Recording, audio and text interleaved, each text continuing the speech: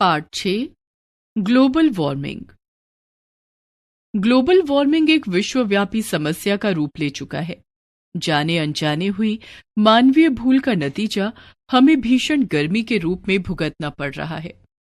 पर्यावरण में हो रहे इस अप्रत्याशित असंतुलन के कारण संपूर्ण विश्व के ऊपर खतरे के बादल मंडरा रहे हैं। पर्यावरण की ओर यदि हमने अब ध्यान नहीं दिया तो आने वाला समय विनाशकारी सिद्ध हो सकता है। वर्तमान समय में ग्लोबल वार्मिंग की समस्या से दुनिया के अधिकांश लोग अवगत हो चुके हैं। ग्राम, नगर, पर्वत, स्थल और समुद्र, कोई भी जगह इसके दायरे में आने से नहीं बची है। वैज्ञानिकों की राय में ग्लोबल वार्मिंग यानी धरती का गर्माना मानव जाति के लिए उतना ही खतरनाक और तबाही वाला साबित हो सकता है जितना परमाणु युद्ध या धरती से क्षुद्र ग्रह का टकराना है। ग्लोबल वार्मिंग की समस्या को पूर्व में अधिक गंभीरता से नहीं लिया जाता था, लेकिन समस्या के विकराल रूप धारण करने पर इसकी ओर लोगों का ध्यान आकृष्ट हुआ और समस्या की रोकथाम हेतु वैश्विक प्रयास होने शुरू हुए।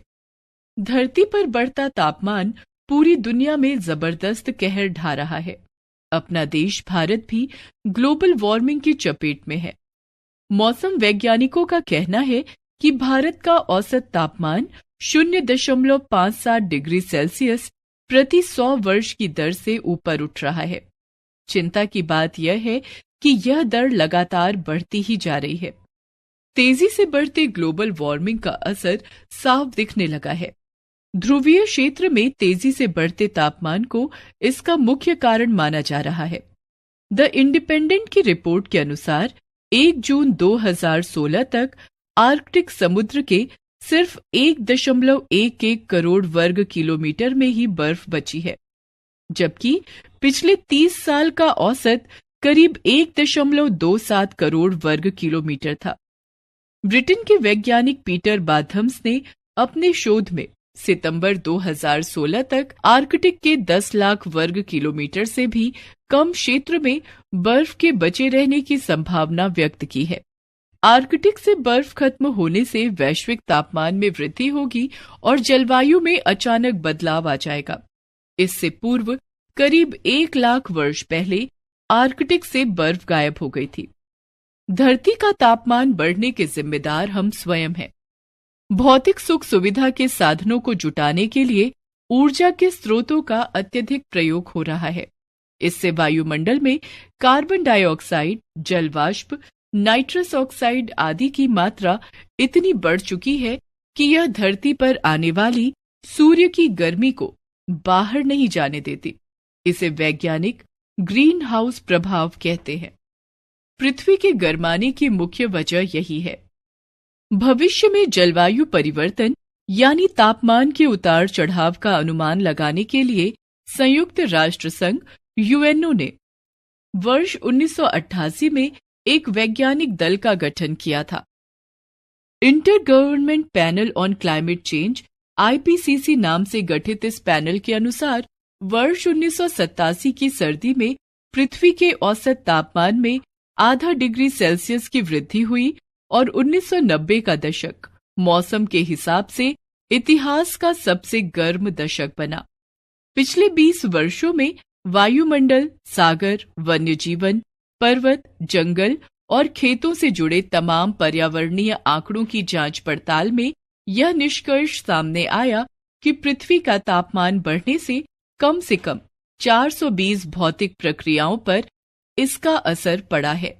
इसके आकलन से ज्ञात हुआ है कि 2100 ईस्वी तक पृथ्वी के औसत तापमान में 1.4 से 5.8 डिग्री सेल्सियस तक की खतरनाक वृद्धि हो सकती है। अनियमित मौसम और बढ़ती गर्मी के कारण पहाड़ों की चोटियों और ध्रुवों पर जमी बर्फ तेजी से पिघल रही है। विशेषकर ग्लेशियरों का आकार बड़ी तेजी से सिकुड़ता जा रहा है। अंटार्कटिका में बर्फ पिघलने का मौसम पिछले 3 दशकों में 3 सप्ताह से भी अधिक बढ़ गया है। 1940 से बैकाल झील का तापमान बढ़ना शुरू हो गया। पूर्वी साइबेरिया की प्रसिद्ध बैकाल झील वेनेजुएला में वर्ष 1972 में पहाड़ों की चोटियों पर 6 ग्लेशियर मौजूद थे, जबकि अब केवल 5 ही बचे हैं। ग्रीनलैंड में ग्लोबल वार्मिंग के कारण 400 खरब टन अतिरिक्त बर्फ हर साल पिघलती है। ये पहले के आकलन से 7% ज्यादा है। दुनिया भर की बर्फ पिघलने से सागरों का जलस्तर लगातार ऊपर उठता जा रहा है। आईपीसीसी की नवीनतम रिपोर्ट के अनुसार यदि समुद्र का जलस्तर केवल 1 मीटर ऊपर उठ जाए तो दुनिया के कई हिस्से सदा के लिए सागर में विलीन हो सकते हैं।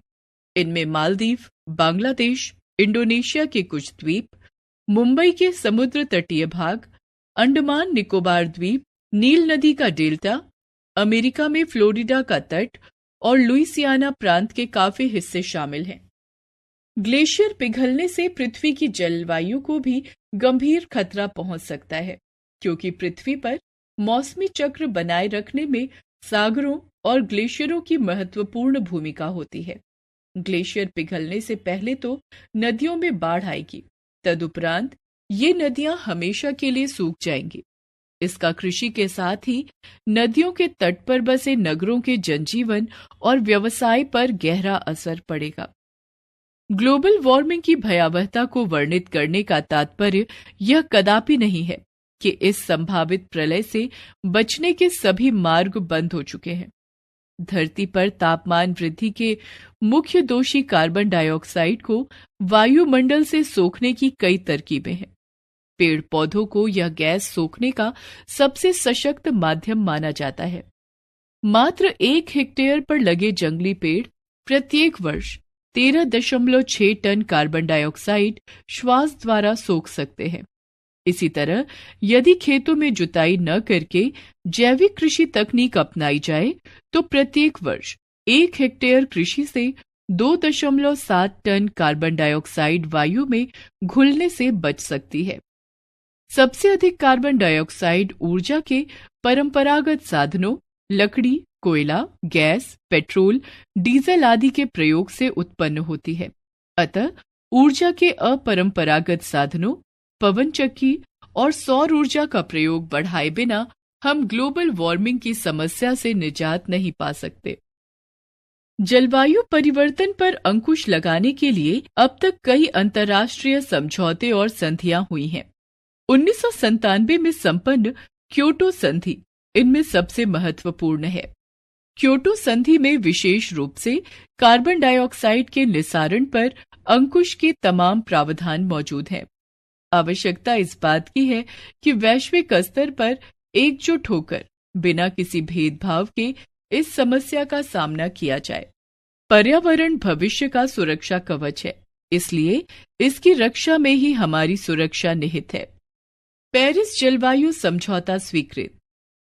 ऐतिहासिक पेरिस जलवायु समझौते को संयुक्त राष्ट्र संघ में औपचारिक रूप से भारत ने 2 अक्टूबर 2016 को अपनी स्वीकृति प्रदान कर दी। 4 नवंबर 2016 से अंतर्राष्ट्रीय पेरिस जलवायु समझौता आधिकारिक रूप से लागू हो गया। पेरिस जलवायु समझौता पहला समझौता है जो ग्लोबल वार्मिंग कम करने के लिए दुनिया के अमीर और गरीब सभी देशों पर लागू होता है। प्रति व्यक्ति 20 टन कार्बन उत्सर्जन के साथ अमेरिका पहले और चीन दूसरे स्थान पर है। ग्रीन हाउस गैस उत्सर्जन में भारत की हिस्सेदारी 4.1% है और यह 10वें स्थान पर है। वर्ष 2030 तक हर देश को ग्रीन हाउस गैस उत्सर्जन में 30% की कटौती संबंधी उपाय करने हैं। कार्बन उत्सर्जित करने वाले उत्पादों पर कर बढ़ाकर ये देश उत्सर्जन को कम कर सकते हैं।